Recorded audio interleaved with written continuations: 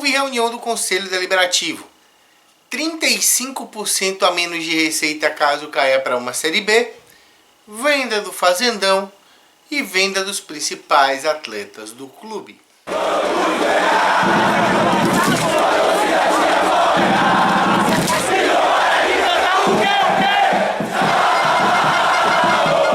Fala galera do YouTube, beleza? João passando para gravar um vídeo em conjunto com meu amigo Abílio Freire, que vai trazer muitas novidades da reunião do Conselho Deliberativo que foi transmitida via YouTube pela TV Bahia e que trouxe muita coisa para a gente pensar e refletir. Uma delas, e eu já vou adiantar, o Abílio vai dar uma complementação aí do meio para o final do vídeo, é a receita de sócio.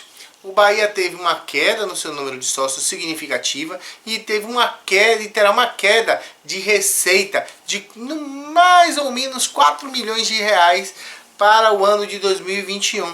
Teve uma receita de 29 milhões em 2020 e terá uma receita de 25 milhões em 2021.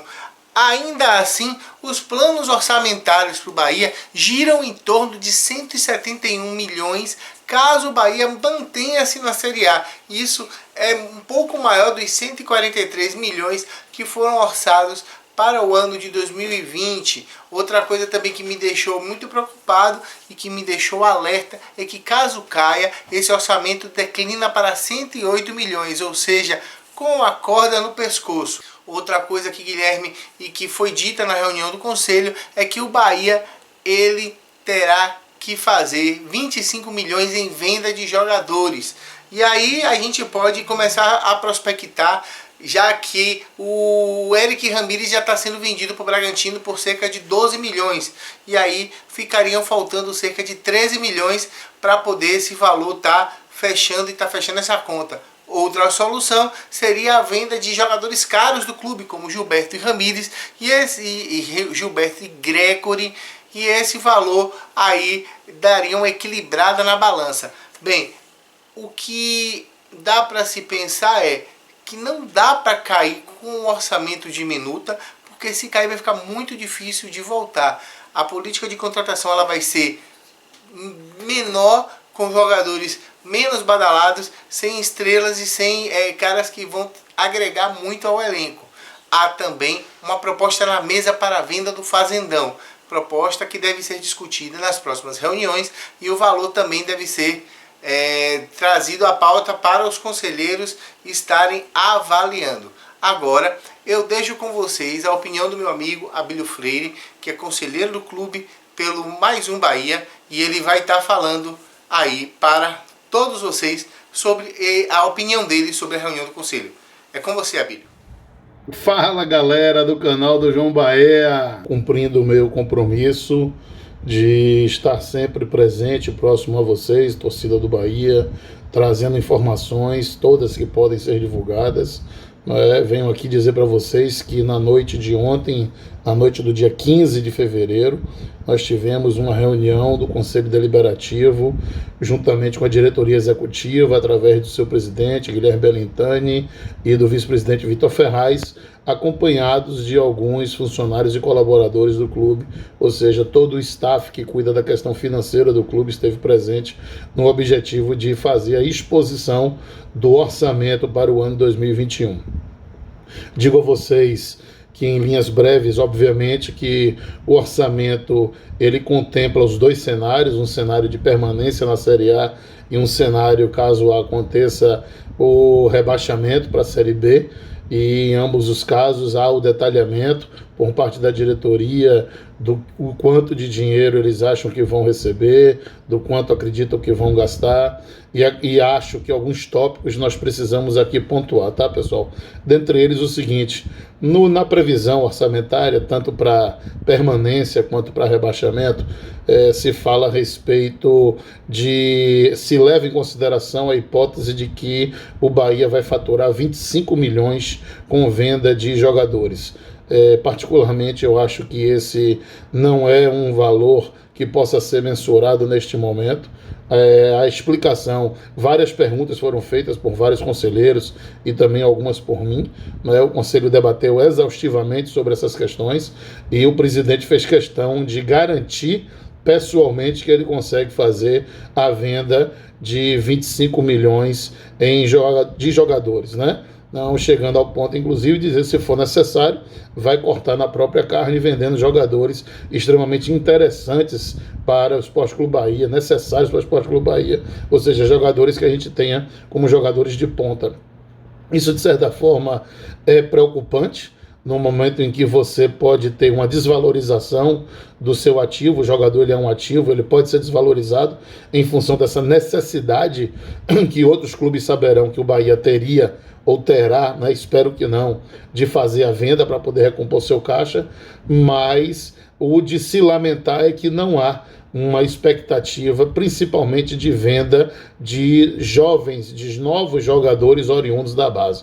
A gente vai falar logo sobre a base, mas eu quero que vocês levem primeiro esse ponto em consideração, ou seja, para o déficit que está programado para 2021, que a programação é que termine com um déficit muito pequeno, de 1 milhão e pouco, para o que terminou em 2020 seria sensacional, tá? Mas o déficit é muito pequeno, porém existe essa preocupação em você considerar que vai vender 25 milhões em jogadores, né? Algo a se questionar. Teve um conselheiro, inclusive, que chegou a dizer que torce muito para que seja verdade, mas que ele particularmente não acredita, o que eu também concordo. Eu torço muito para que o Guilherme esteja dizendo a verdade, mas particularmente acho difícil, diante de um cenário de nova continuidade, de possibilidade de continuidade de pandemia, você conseguir fazer 25 milhões em venda de jogador, né, de reais. Mas vamos lá, o outro cenário leva em consideração valores a serem recebidos das competições que o Bahia vai disputar. E aí 2 competições foram consideradas. Já está descartada a hipótese de Sul-Americana, claro, porque no máximo o Bahia permanecerá na Série A, mas já não disputa nenhuma competição internacional pela colocação que pode ficar, estourando ali em 16º ou 15º lugar, que não pega a Sul-Americana. E, nesse caso, foram consideradas as competições de Copa do Brasil e Copa do Nordeste. Na Copa do Brasil, a diretoria considerou que passaria pelo menos de 3 fases, ou seja, as 3 fases primeiras, né? E chegaria até as 8ª de final. E na Copa do Nordeste considerou que chegaria no mínimo até a final. Até a final. Ou foi até a final? Acho que sim. Ou foi final, semifinal, mas acho que foi até a final. Chegaria pelo menos até a final. Então, assim, são questões possíveis, sim, sem dúvida alguma. Mas nós não podemos esquecer que o Bahia já foi eliminado na primeira fase da Copa do Brasil. Então, você levar em consideração no orçamento anual a ser ainda realizado, a ser recebido e ser gasto, você levar em consideração a hipótese de que você vai, no mínimo, conseguir avançar 3 etapas, para o que a gente tem visto em campo, para o que a gente tem visto do time, eu acho que também pode ter sido aí um equívoco, da mesma forma que você considerar que vai para a final ou semifinal de uma Copa do Nordeste. A gente sabe que é mais possível ainda, porém, nós já fomos eliminados também na primeira fase de Copa do Nordeste, ou seja, como diz um amigo meu, tudo pode acontecer, inclusive nada, só que para questões orçamentárias, você nunca pode contar com o ovo naquele lugarzinho da galinha, não é? Então são cuidados que deveriam ser tidos. Agora, gente, o mais importante de tudo, e que eu acho que convém falar, é exatamente a questão da divisão de base. O Bahia, como vocês sabem, né, o Bahia, desde a democratização, o Bahia ele vem numa continuidade de gestão. Foi a gestão de Fernando Schmidt, a gestão de Marcelo Santana e a gestão de Guilherme Bellintani. Essas gestões, elas são continuidade. Ou seja, primeiro com a gestão de Schmidt, que continuou com a de Marcelo, que agora continua com a de Guilherme pela segunda vez, no caso ele reeleito. Então, o que chama atenção é que neste período nós não tivemos nenhum trabalho de fato para desenvolvimento significativo da formação dentro do Bahia. Isso é muito perigoso. Por quê? Porque dentre os modelos de captação de atleta, né, de você fazer entronizar como profissionais, como atletas profissionais, jogadores, você teria o primeiro, que seria através de atletas egressos da divisão de base. O segundo seria através de atletas e que podem ser pinçados no sub-23, ali eles já são profissionais. O terceiro, através de observação de mercado, né, do DAD. Então o DAD observaria no mercado e faria as indicações para contratação. E finalmente o quarto, através de indicações de empresários, indicações de outros jogadores, indicações de treinadores e por aí vai. Nós já vimos que essa última não tem funcionado. Indicações de empresários e jogadores não têm funcionado. As questões do DAD. O DAD tem acertado em algumas coisas, errado em outras, pode melhorar bastante, mas o certo mesmo, minha gente, aquilo que a gente tem certeza que é um trabalho de 4, 5, 6, 7 anos, é exatamente o trabalho de formação. Então, para mim, é o coração de tudo. De tudo. É como se dentro de uma família o alicerce fosse exatamente o quê? A educação. Então, se você não faz o seu dever de casa, se você não tem uma base familiar, que no caso do clube é um processo de captação, de formação, onde você vai aperfeiçoar, vai burilar, você vai colocar o atleta da forma como você quer. Você pode, inclusive, dispensar o atleta de forma precoce, caso ele não se adapte, caso o clube entenda que ele possa ser trocado. E, neste caso, o custo disso daí é um custo muito menor, são custos praticamente não consideráveis, porque é muito mais um investimento muito barato, que é esse investimento de captação e formação, onde você tem N hipóteses durante o trabalho. Ou seja, você tem uma meta, você faz suas revisões, né? Você checa o quanto da meta você está, e ali você pode fazer suas revisões, seus aperfeiçoamentos, suas modificações. Então, na diretriz desse trabalho. E isso o Bahia, infelizmente, continua sem fazer, e pelo tudo que a gente viu que foi apresentado, seja para um cenário de Série A de permanência ou de Série B, no caso de Série A vai ter uma folga um pouco mais, de Série B a coisa vai ficar mais apertada, obviamente, mas em todos os dois casos não há priorização do trabalho de captação e formação, ou seja, a divisão de base vai continuar no Bahia, a marca Mangue, a verdade é essa, esquecida, tá certo? O presidente ontem, inclusive, respondendo uma pergunta minha, quando eu questionei ele, dizendo que um projeto de sub-23 não pode representar para um time, para um clube, a ideia de vou contratar sem responsabilidade, se der certo está ótimo, se não der certo eu dispenso o jogador. Não, o custo dessa contratação, tenha certeza que ele é maior, tá? E os riscos também são maiores do que o de formação. Não tenha dúvida disso, tá? E aí ele chegou a dizer, mas você está querendo dizer que não é para ter sub-23. Não falei nada disso. Eu só disse que a forma como o sub-23 é utilizado no Bahia, como se fosse um grande aquário, onde você coloca lá um monte de peixe para você pescar de bomba, tá? Aquilo ali é muito arriscado e não é este o modelo ideal para um sub-23. O sub-23, ele tem que ser uma possibilidade de você reter jogadores que venham da base, que tenham maturação tardia, jogadores que ainda não estejam prontos para poder enfrentar partidas de fato com o time principal, já que ele já vai ser profissional a essa idade, mas que você perceba que ele ainda tem coisas a desenvolver. Então, para isso é um sub-23. O sub-23 ele serve também para que você possa trazer de outras fontes, trazer de outras formações, jogadores que também você perceba que tem essa qualidade, né? A questão da formação, gente, é muito importante, não só porque a formação é um investimento muito pequeno, né, se comparado com aquilo que você pode ganhar, mas também porque a formação, ela te dá o tal do mecanismo de direito ao mecanismo de solidariedade instituído pela FIFA. O que é isso? O clube formador, ele passa a ter direito, durante todo o período de atividade do atleta, a um percentual em cima das negociações desse atleta.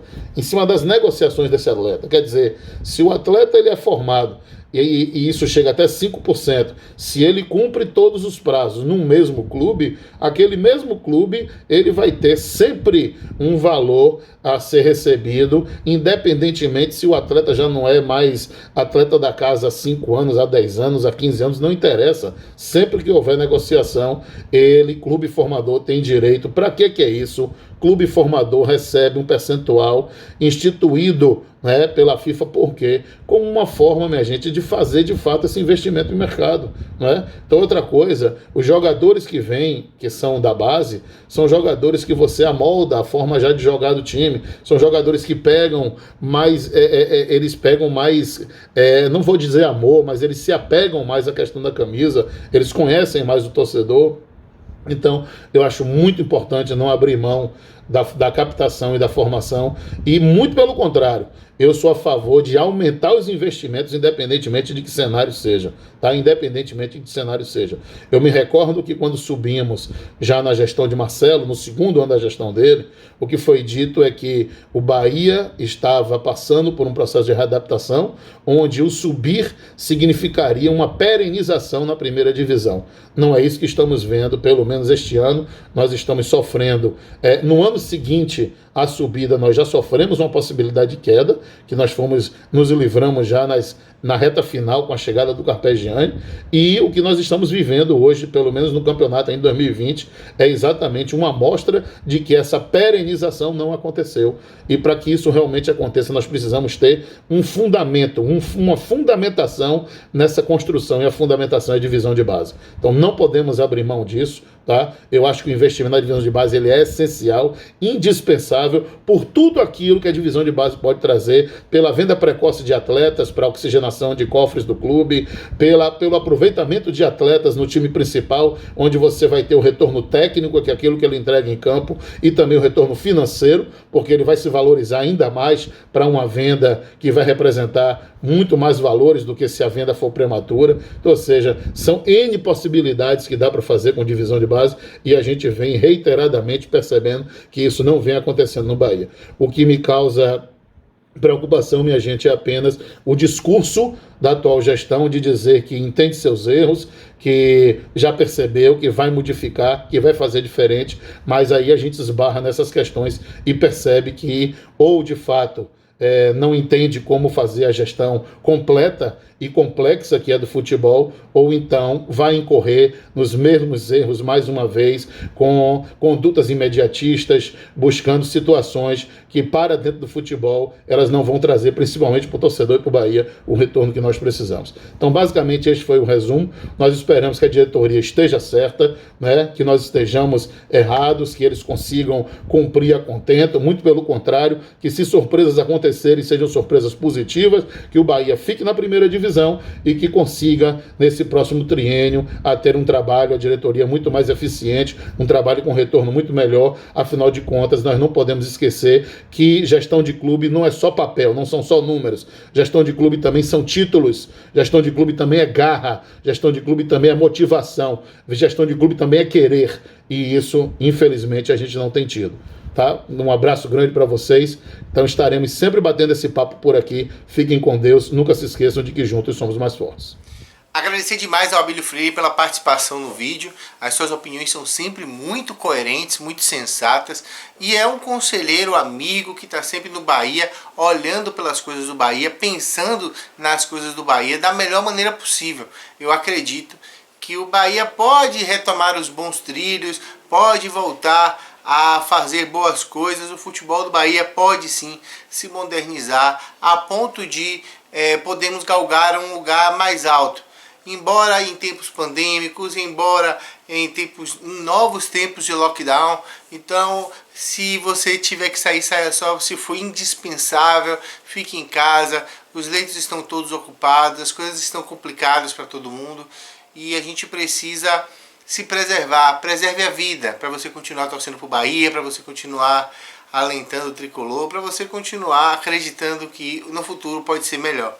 Eu quero também comunicar a vocês que hoje, às 21 horas, no canal Fortaleza Meu Eterno Amor, eu vou estar participando de uma live falando de Bahia e Fortaleza, a guerra de sábado, né? A guerra de Fortaleza, a guerra do cangaço contra o time perigoso do Fortaleza. Agradecer demais ao convite do Eudson do Fortaleza, Meu Eterno Amor, e a gente vai falar de Bahia e de Fortaleza, sempre com bom humor, com respeito ao adversário, trazendo opiniões, ouvindo opiniões, e vai ter jogo de volta, vai ter Eudson aqui no canal João Bahia, na sexta-feira, às 21 horas, uma live especial, já que o Wilson tem programação no canal dele de pré e pós-jogo e ele não vai poder vir aqui no pós-jogo no sábado, então ele vai vir aqui na sexta e a gente vai receber ele com muito carinho, com muito respeito e com a amizade muito grande. Agradecer demais ao Wilson pelo convite e a gente vai estar junto e misturado